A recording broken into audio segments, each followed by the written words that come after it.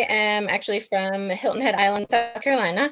I grew up there riding and just kind of riding anything I could and showing hunter jumper and a little bit of eventing. And then I moved out to Colorado to go to Colorado State University.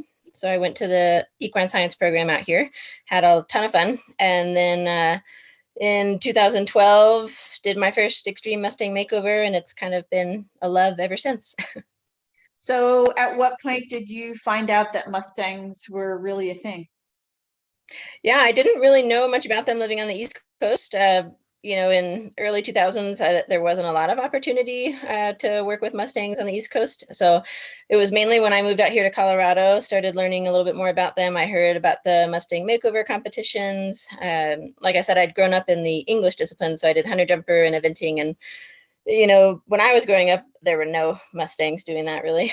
So, so when I moved out here, I think I saw on YouTube someone had posted their Mustang makeover videos, and I kind of thought, oh, that is a really neat idea. And I'd always been attracted to just kind of working with, a wild horse, like every young kid thinks that's kind of a cool idea. And so I figured I'd give it a try. Yeah. Okay. So your first Mustang experience was a makeover? Yes. Yep. In 2012, I decided to enter the makeover. They were hosting it at actually at CSU at Colorado State. And so I just kind of decided to enter on a whim, and I got a fairly difficult gelding, but for my first time, but I still had a blast and kind of fell in love with the breed after that. Yeah. And do you have personal Mustangs now? Yes. So I have my heart horse. My favorite is Atalanta. She was a Mustang makeover horse in 2016. And for a long time, she was the hardest horse I'd ever worked with. And so she became my favorite, my heart horse. She's done a eventing with me up through training level. She takes kids around. She's an awesome horse. And over the years, I've had a couple others that I've worked with and then rehomed to clients. And I did just recently get a new one for myself with the help of a good friend of mine, Mary Duke. And so we are kind of going in together on this sand wash basin gelding in hopes to make him a future eventer superstar. Wow. So right now I just have two personally. Yeah. Okay. What's the mare's name? Atalanta. Atalanta? What do you call her in the barn? ATA. I call her Ada. Ada. Just ATA. Yeah. So fun little fact. I typically name all of my Mustangs and horses after names in mythology. I'm a little bit of a history and mythology nerd. So Atalanta is a character in Greek mythology. And so I've had Leda, Gaia, Atlas, Hermes. We've got tons of them. Okay. Yeah. What made Ada difficult or challenging? Yeah, she was very had a lot of trust issues with people, so very much people fear. Classify them as either the people fear horses or the horses that are a little bit more situational or kind of stuff fear. And she was very people fear. It took a lot of time to gain her trust. It took me probably 4 weeks of just being in her pen for 6 to 8 hours a day before I could touch her. So it was a lot of time. That was in 2016. I had a little bit more time on my hands than I do now. I was a little bit less busy, so I was able to spend hours in there with her. But and even after that 4 weeks, it was still just a small touch. And so then another few weeks before I could really get hands on her. And I didn't really ride her successfully until I think 2 weeks before the event. Wow. So it was kind of a miracle that we made it to the Mustang makeover at all. And she ended up making the top 10 and we placed 5th there. So it was pretty successful. Yeah. How old was she? She was 5 when I got her. And what herd is she from? She's from the Payance herd in Colorado. It's East Douglas. Yeah. Okay. Somewhat near Sand Wash Basin. A little bit less well known. Okay. They just did a roundup of that herd. They did. Yep. Okay. Yeah, and I didn't get to go, unfortunately, but I've had a couple other horses from that herd, and I really like them just Mhm. athleticism wise. Yeah. Okay. Are they a little on the thick side from Some there? of them can be. She's pretty, dainty. She's 14-1, so she's not as thick as some of them. Yeah. Okay. And what's your gelding's name? The gelding, we are still actually thinking of a good name. We just kind of got him in, and his range name out of Sandwash Basin was Ben. So we Uh, were kind of nicknaming him Ben, and I got to think of a good name for him, a good show name. okay. Tell us a little bit about your involvement in the Mustang community, because I know it's pretty vast. Yeah. Yeah. So, in addition to, me starting in 2012 with that Mustang makeover, after that, I kind of continued working with Mustangs however I could. I became a tip trainer through the MHF and BLM Mhm. and kind of just kept going there, trained a couple horses for clients. But then in 2018, I started a nonprofit with a client of mine, Ruth Rose, called Wild Rose Mustang Advocacy Group. Mhm. And so since 2018, we've been growing that nonprofit, and the whole idea was to bridge the gap between a tip trained Mustang and a readily adoptable Mustang for like the average adopter. So, I think the tip program is great, but we've seen a lot of horses that either don't continue their training, or we saw a lot of horses get sent back because they didn't have enough time. And so our hope was that this group could continue the training a little bit longer, get these horses started under saddle, maybe even get Uh, them in the show world a little bit, and then find homes for them. So it's actually been pretty successful, and I think we've adopted out and rehomed a little over 25 Mustangs since 2018. mhm. And many of them, which is pretty cool, have been adopted by clients of mine. They're boarded at our facility now. So we have like this awesome big group of riders, kids, and their Mustangs that show every year with us. And so that's pretty neat. And we're trying to grow. We have a youth program, so we typically try to sponsor 2 to 6 youth trainers in a tip challenge event every year. And so Wow. that's been kind of fun to do with the nonprofit. So we have a lot of ideas, and we're we're trying to grow, but that's kind of the biggest thing we've been doing with the nonprofit. And then in addition, I get Mustangs myself still. I'll bring in horses for training for clients, or I'll go grab some out of the pens myself and work with them for. I try to get them all started under saddle before I send them off. So yeah. Okay. Does Wild Rose adopt the Mustangs from the BLM, or are they taking them from tip trainers and just extending their training? Usually we get them straight from the BLM. So Okay. we typically get them untouched, or we did pick up 2 other Sandwash horses while I got mine as well. And so occasionally we see some that need a helping hand, like we've had owner surrenders before, people who couldn't keep their Mustangs, and we took them in and continued training. Or there's been, we did a couple auction saves with some Mustangs that were at auction, so there's varying ways that we bring them in, but usually we're getting them untouched from the BLM. Okay. How many Mustang makeovers have you done? So I have done 3 now. Yeah. And then so I did 2012, 2015. Oh no, I've done 4, sorry. 2012, 2015, 16, and 2017. So I Wow. made the top 10 twice. Yeah. So we're in Wow. the top 10, yeah, in Colorado twice. And then I went to the Texas Players Choice Makeover in 2017. Okay. So So that was a pretty big. which horses made the top 10? Ada, my favorite. Atalanta made the top 10 in 2016. And then in before that in 2015, Calypso was the first one I Uh, made the top 10 with. And I ended up adopting her back. I adopted all of them back. And then provided some more training for her. And then a client of mine bought her and still loves her and has her now. okay. And what about the other two?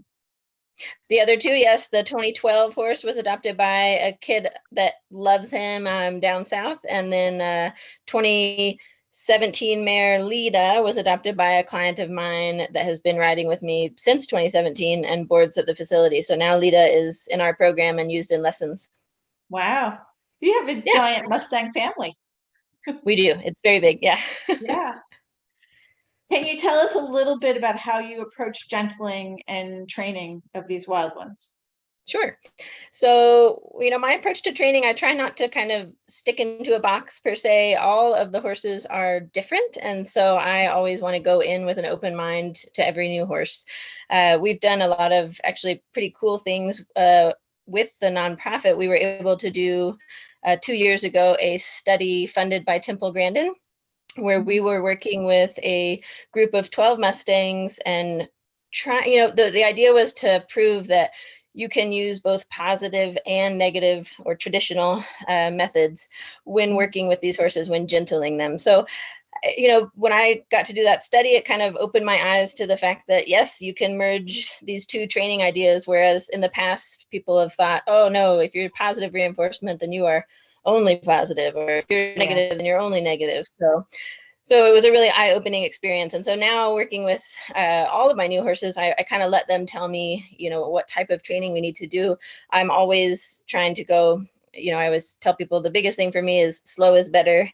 I know, that's a lot of people say that, but for me, I don't even think too hard about once I get a horse going under saddle. They don't have to canter for a month if they're not ready. Everything is kind of on their own terms. I do enjoy, like I said, working a little bit with both positive and negative, because if we're going to ride the horse, they're going to be introduced to some sort of pressure release negative reinforcement, regardless if we trying not to use negative reinforcement. Just the act of riding is pressure. So obviously they need to understand both, but I think a lot of horses open up in the gentling process really well with some positive reinforcement. And so just kind of merging the two is definitely my philosophy. And sometimes you'll get a horse that's maybe a little too mouthy and you can't do a ton of positive reinforcement work with, but you just kind of have to watch them and do your best to do what's best for the horse. Okay. I think some people hear positive reinforcement and traditional and think we're using punishment in traditional. Can you give some Yes. examples for people? Sure. So like I mentioned before, negative reinforcement or traditional training methods, it's all about pressure and release.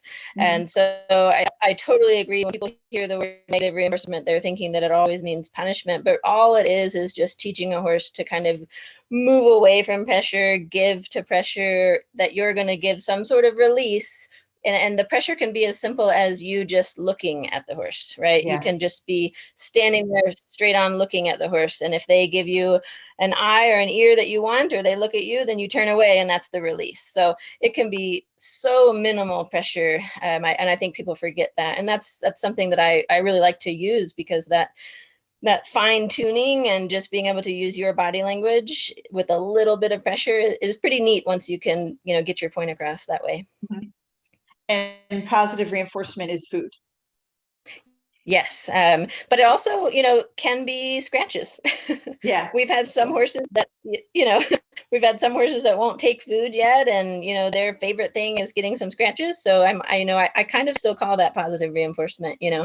But in general, it's food. And with the new Mustangs, since they don't know treats, initially, we typically try just hay or alfalfa or something tasty, even grass, just to kind of pique their interest. And then once we get past that, we start using alfalfa cubes, and they kind of go crazy for that. So Yeah. I guess I was just going to say, I'll mention that when I do the positive reinforcement, I always think it's important that the horses are on a slow feed diet, so that they always have hay in front of them, because it can go drastically wrong if you're going into a pen where a horse has not had food for 3 or 4 hours, right? Yeah. And then they're so hungry that they're not really thinking about what they're learning. So any horse that we're working with, in general, every horse on my property is on slow feed, so that they always have hay in front of them. But I think that's important to remember, when working with positive reinforcement. They can't be really hungry, they have to be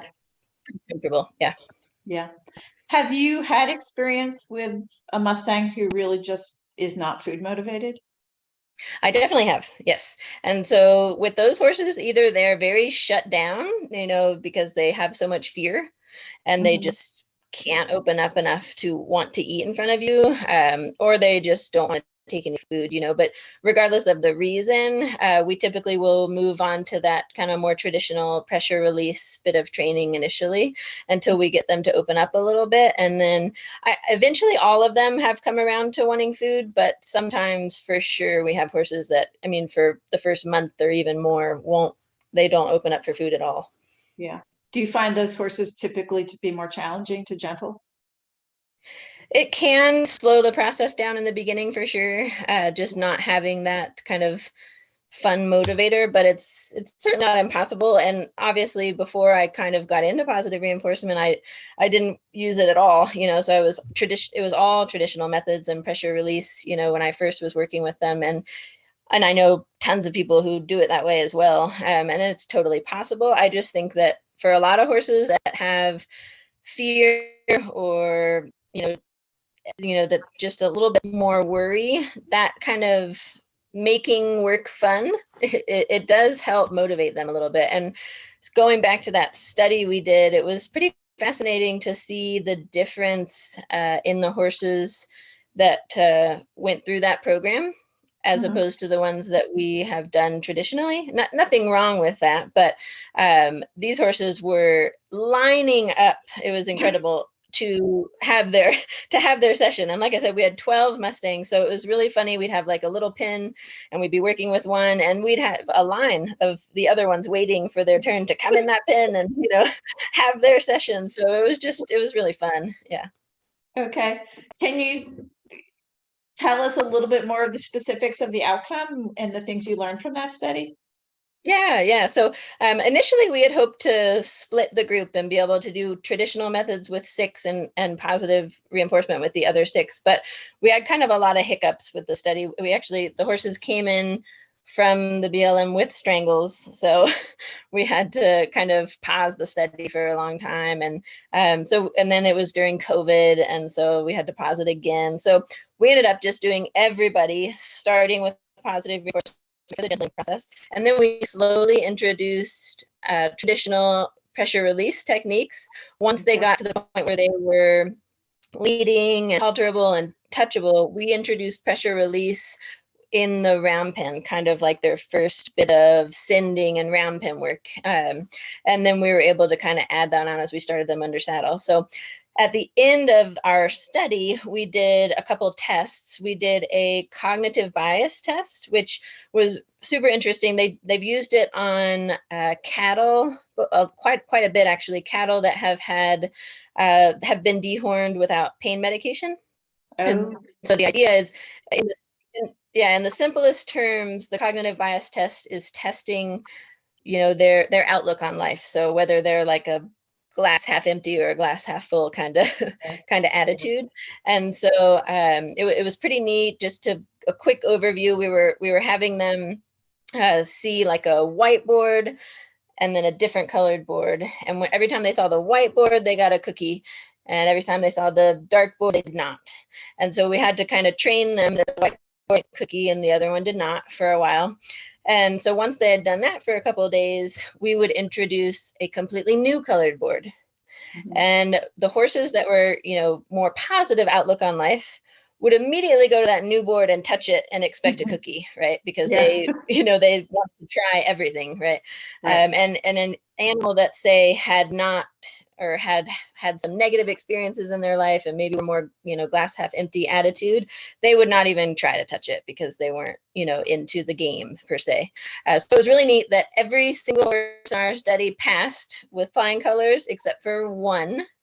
And there was an awesome reason for it. The one gelding that did not pass, or I don't want to say not pass, but he tested a little bit unhappy that day, is because the day before we had to move him to a new pen because he was getting too attached to the mares and was having a little bit of too much fun with the mares. So we popped him into a gelding pen and he was honestly a little depressed about it. And Oh, so we had done yeah, we had done his testing the next day, and he just did not want anything to do with the game and did not go up to the new board, and he was just a little sad.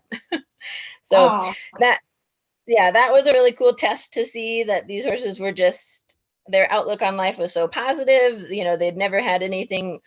The whole idea is we never pushed them over their fear threshold. So they were always feeling good about, you know, their sessions with people, feeling good about their training. And so one day I'd love to go back and maybe it would be a lot of work, but it'd be awesome to do this same cognitive bias test on some other horses that were started a different way and just see what we got. yeah. So you But didn't that was have a probably, control group. yeah, we didn't in this one just because it ended up being a case study because of all of our issues going through. So Okay. but it would, the woman we worked with who was who's a CSU professor who had used the study, we're dying to do a little bit more with it, you know, and be able to kind of expand on it a little because of what we found. So we're hoping one day we can do that. But the other test we did was like a stranger test, and so we had each of the horses, we had a stranger go into the pen and halter them and be able to take them out, and they all passed that pretty well also, which is pretty good for kind of a new Mustang. A lot of times someone Yeah. new going in and just catching them is kind of hard, so they all passed, which was pretty neat. So yeah, Yeah. so definitely Huh. the whole thing proved that you can use both of these simultaneously, both of these methods, and With then they positive. still understand. Yeah, they still understand the pressure release. They've all been started under saddle at this point. So yeah, it's pretty cool. Wow. Okay. So, and you're planning to do more research if you're able. Yeah, we'd really like to. So we're hoping we'll be able to. That's great. Okay. I hadn't heard about anyone previously doing research with Mustangs. So that's pretty cool. Yeah, yeah. So I think I'll have to ask. Sarah Matlock was who we worked with out of CSU, and I don't know if she's actually got what she's done published yet, but if she does, let you know. Yeah. Okay, great. So you're using a combination of positive and pressure release. Hmm. What does your gentling process look like? I mean, is there a typical progression of skills you're teaching them? Yeah, so in general, probably like most other trainers, when I first start with a horse, we're going in there and just kind of spending time in the pen, getting an idea of what type of horse we have in there. And, you know, for us now that we're using a little bit more positive reinforcement, we might start with bringing in like a chunk of alfalfa and just hanging out and seeing if that horse is brave enough to come up and eat next to us, you know, whether we're sitting or standing. And I'm saying we because I have a couple awesome assistants that have Mhm. been helping out because I was pregnant earlier. So, so we definitely start there, and then we're working on first touches. And again, if we have a horse that's food motivated, then we're asking for that touch and rewarding with the food. And then I like to kind of move forward to either using a carrot stick or using like a long line or something and just getting them used to, like sometimes we'll sit up on the fence and get them used to the ropes above them or us sitting above them and the carrot stick on their body. And once we get to that point that we're able to kind of touch both sides, we're introducing the halter and again using the positive reinforcement. This typically can go pretty quickly for some of them. Obviously some horses are take a little bit longer, but I found that using the positive reinforcement for that first touch and that first halter, it does go pretty quick. And so really we're just kind of moving along, getting them used to following us around, adding the halter and moving on to the round pin. We have a little setup where we can kind of go from their pin to the round pin. So we're able to work with the horses on their own, which is pretty helpful, especially when you have a whole group of them and they're all food motivated, then you kind of have a hard time differentiating who you're working with that day. So that's the other kind of funny part of the positive. But yeah, so typically I don't actually do much round pin work like working a horse until a little bit further in their training. I found that, especially after doing this study, that the fear threshold, it's so key to keep that below threshold and not push these Yeah. horses, to keep sessions really positive. That we try to move them around a whole lot. You know, if they want to come and interact and do a session, awesome. But if they're not having it that day, then that's okay, or maybe not that hour and I leave and I come back, then that's totally fine. So I'm definitely not one that pushes them around the round pen a whole lot until they're actually accepting me touching and accepting the halter, and I can move them around and a little bit more, and then we might do short sessions of traditional round pen work. Yeah. How do you handle timelines with tip training? So right now, I would say since we started the nonprofit in 2018, I haven't actually done a tip horse. Okay. Because we were trying to kind of change it and bridge that gap a little bit. I've actually stopped with the tip training, and now we're just pushing these horses through longer periods of training. So we're doing 4 to 6 months. Yeah. Okay. And just getting So, them, and sometimes longer. Yeah.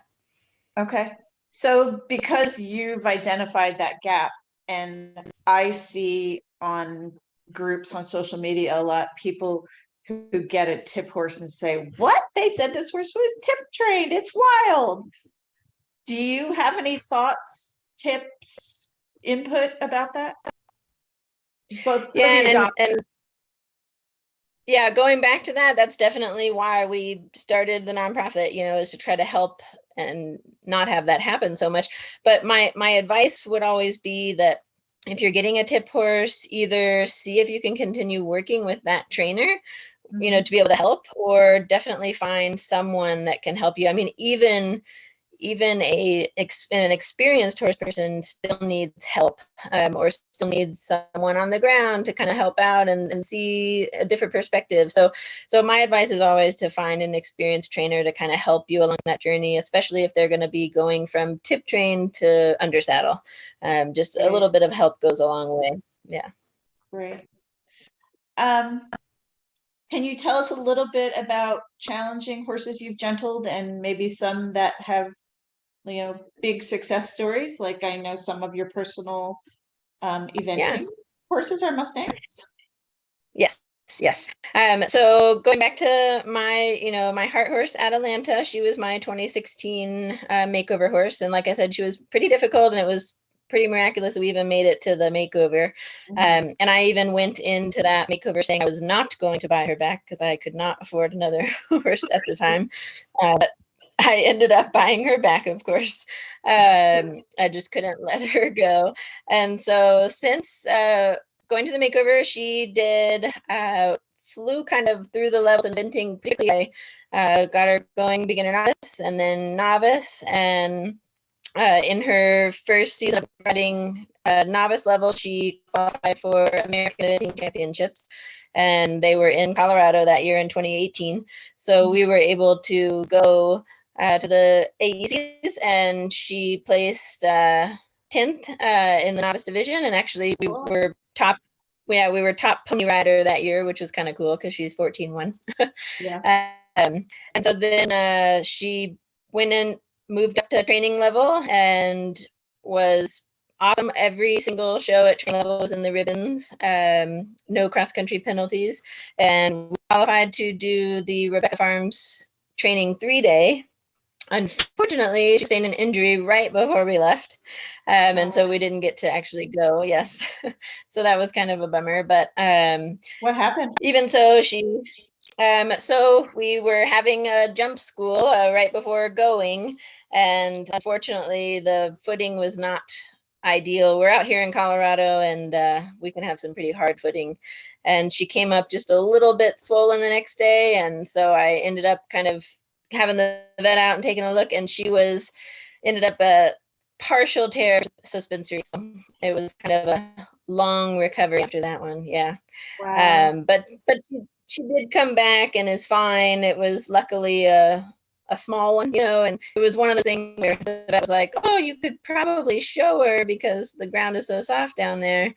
But I was just like, no, we're not going to do that. Yeah. So anyway, it was better to keep her back, and she's fine and doing really well, and was able to jump again and everything. And lately, she's been riding with I have an 8-year-old daughter, and she rides her and jumps her, and I ride her bareback and bridleless and jump, and she's just super awesome. Uh-huh. And so she's my biggest success story, I'd say. But we've had the mare, like I said before, Lita, who's my Texas makeover horse in 2017. She, again, was one I bought, and my student Olivia ended up adopting her, but she's been one of our most awesome lesson horses lately, and on our facility, and kind of a favorite. And right now she's being leased by a young kid, and Olivia evented her before and she was successful. So that was pretty super. It's really hard to pick because I've had so many successful stories, but I've had another young rider that adopted a Mustang from us, Iris, and it was her first Mustang, and it was her first time eventing, and they ended up just doing super and kind of moving up the levels and being in the ribbons and having a blast. And I've had a few of those, so it's hard to pick, but if you do get to show photos at the end of the video, there's a ton on there of happy students and their Mustangs. Okay. So is eventing the only sport that you're participating in, or do they do other things as well? Yeah, it is the main one for sure, but we occasionally go to local hunter jumper shows. We'll go to local dressage shows as well. But in general, our whole group is mainly eventing. But we also have fun trail riding and things. And I don't have every horse that I'm adopting out specifically an eventer. I might have people sending horses to be started, even Western, or just as a trail horse. And those Mustangs, go through the program same way, really. So it's not necessarily everything, but And I think for reference for people who are listening who aren't familiar with eventing, for a 14-hand pony to go training is pretty good. Yes, 14. Yeah, she's pretty awesome, and I have to say, I work with DBs and warm bloods as well. And when I'm on my little 14-hand Mustang going up to a training or a prelim level fence, I feel super confident, even though she's tiny. It definitely it all amounts to the horse you're on, right? And the heart of that horse for sure. You can be on an 18-hand horse and their bravery is not there, and it's scary, but my little mare, I'd feel confident going over anything just about. Yeah. What about challenging horses? So yeah, Ada was definitely one of the most challenging. I've had definitely a few more. At this point, I have probably worked with a little over 100 things at this point, and I would say there have been maybe 5 that we haven't continued with. So we ended up, they were either through our nonprofit, or I think I had one personally, and we ended up finding sanctuary homes for those horses. So a couple of them through our nonprofit had gone through previous training programs and been kind of pushed a little bit too far or too early, and there was just too much baggage for us to kind of get through to those horses, which it's unfortunate, but I think it's important to kind of understand that some of them just don't want to be domesticated, and that's okay. There might be some that just want to just live that life out in the wild, and if they don't really want it, they don't really want to be with us, it's too much trouble to kind of push them through it. So we've had a couple horses that we've ended up finding sanctuary homes for, and they're awesome and happy now. And then I have one gelding that we got through the nonprofit that took a really long time. We ended up we've had him now for 4 years at this point, and I've been the only one who's gotten on him and done a little bit of riding work with him, but we kind of discovered that he loves liberty work. He's happy to be handled and to do work with you, but he's just not really into riding. And again, that's okay. So it's one of those things where we just kind of have to listen to the horse. And he is a fabulous liberty horse, like amazing kind of body language, like teaching you some super skills. So a lot of times I'll do lessons with him or demos with him. I've brought him to CSU and done behavior demos with him because he can really teach people a lot about horse behavior. And we've just decided that can be kind of his life, and he likes it, and he just doesn't need to ride, and that's okay. So it just depends on what they're telling us. Like I said, it's still a small minority to only have less than 10, out of 100 that are not going to be these super successful riding. But that's okay. So sometimes they just want to be companion horses. Yeah. Okay. What do you mind sharing what sanctuaries some of those horses went to? Sure. So we have had, we work closely with Great Escape Mustang Sanctuary, which is also here in Colorado. Okay. And then they're actually Great Escape Mustang Collaborative now. And then recently we were able to have, it's the Wild Animal Sanctuary. They out here in Colorado, they have recently started, they started accepting some Mustangs, specifically San Wash Basin Mustangs in their sanctuary herd. So we have had a couple go over there, which they have a huge area. So it's kind of a neat program. And I think they're going to open it up to the public soon. I'm not sure when, but that could be kind of a neat little thing for people to be able to go see the herd. Yeah. Do you know how many are in the herd? Right now, I actually don't know. He hasn't really told us exactly how many he has, but I think they're up to close to 100 by now because they've been bringing in a lot of San Wash horses to that sanctuary. Yeah. Wow. Okay. Can you tell us a little bit about future goals and what plans are? Yeah. So personally, I guess my biggest future goal right now is getting that new San Wash Basin gelding nicknamed Ben, getting him going this year. We've just started his gentling process, so we've kind of gone through the first touches, and we're hoping to get him haltered soon and get him kind of moving along with his groundwork. And ideally, I'd love to get him going under saddle this year and just kind of see where we can go. He's a pretty cool horse. He's pretty big for Mustang. I mean, going from my mare Ada, who's 14-1, I think he's probably 15-1. So I have high hopes for him. And then for the nonprofit, of course, we have huge goals. We're trying to just kind of expand everything we're doing. We're trying to expand our youth program. We have put on our own tip challenge in the past, and we really want to do that again this year. So we're trying to just kind of scramble some. Funding is always the problem for a nonprofit, but we're trying to pull that together and get that started, and really just bringing in more and getting more horses out into the world and get them out with successful adopters. That's kind of our main goal.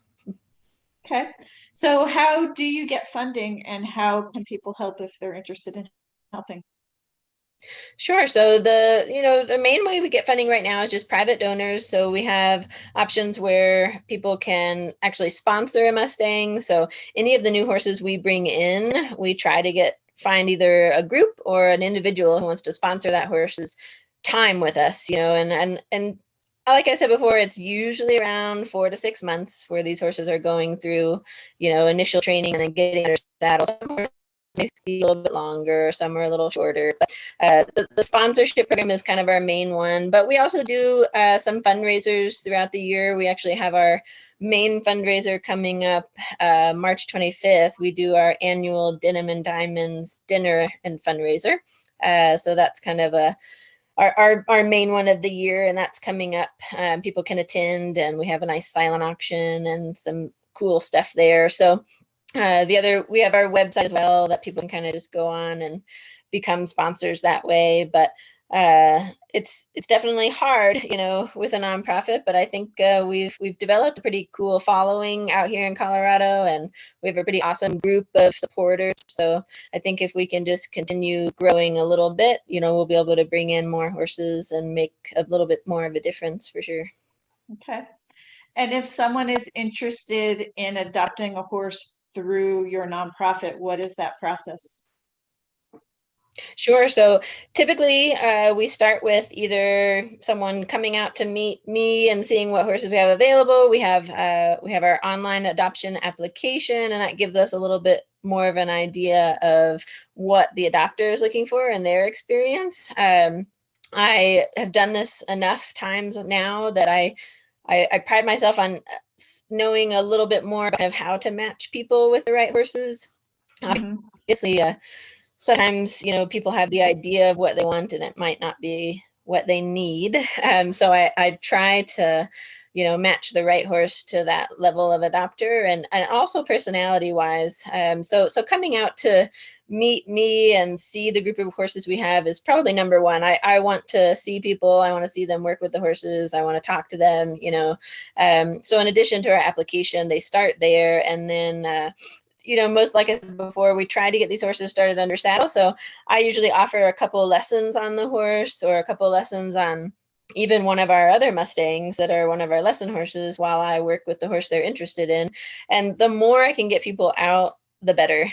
So we try, even once they've gone through the adoption process and they've been approved and they're ready to bring their horse home, we try to encourage them to either leave the horse for a little bit of training where they can continue taking lessons, or at least be able to trailer in for lessons, or myself or one of our assistants will be able to go to their property and give them a couple lessons. So I just think it's important to have that support system once they do adopt a horse to make sure that the match is successful.